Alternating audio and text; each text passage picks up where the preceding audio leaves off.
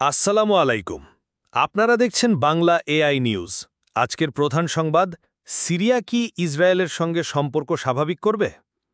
১৪ বছরের দীর্ঘ যুদ্ধের পর সিরিয়ায় নতুন সরকার গঠিত হয়েছে এবং এখন তারা তাদের আঞ্চলিক সম্পর্ক নতুন করে সাজানোর চেষ্টা করছে।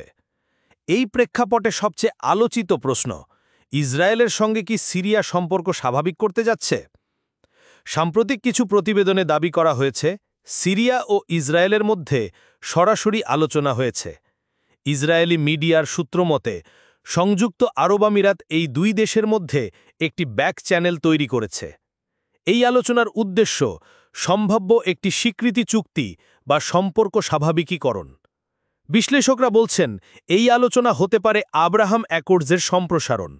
আব্রাহাম অ্যাকর্ডস ছিল একটি মার্কিন প্রসূত কৌশল যা ডোনাল্ড ট্রাম্পের প্রথম প্রেসিডেন্সির সময় চালু হয়েছিল। ২০২০ সালে এই চুক্তিতে সই করে সংযুক্ত আরব আমিরাত ও বাহরাইন, পরে সুদান ও মরক্কো।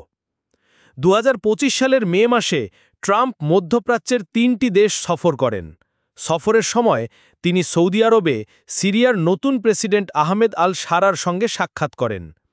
বিশ্বস্ত সূত্র জানায়, ট্রাম্প ওই সময় আহমেদ আল শারাকে ইসরায়েলের সঙ্গে সম্পর্ক স্বাভাবিক করার জন্য উৎসাহিত করেন। তবে বিশ্লেষকরা বলছেন, সম্পূর্ণ স্বীকৃতি হয়তো এখনই সম্ভব নয়, তবে একটি শান্তি চুক্তির সম্ভাবনা তৈরি হয়েছে, যা এই অঞ্চলকে ভবিষ্যতে একটি নতুন রাজনৈতিক বাস্তবতায় নিয়ে যেতে পারে। আমরা নজর রাখছি এই আলোচনার পরবর্তী ধাপগুলোর উপর। আপনারা ছিলেন বাংলা এআই নিউজের সঙ্গে। ধন্যবাদ।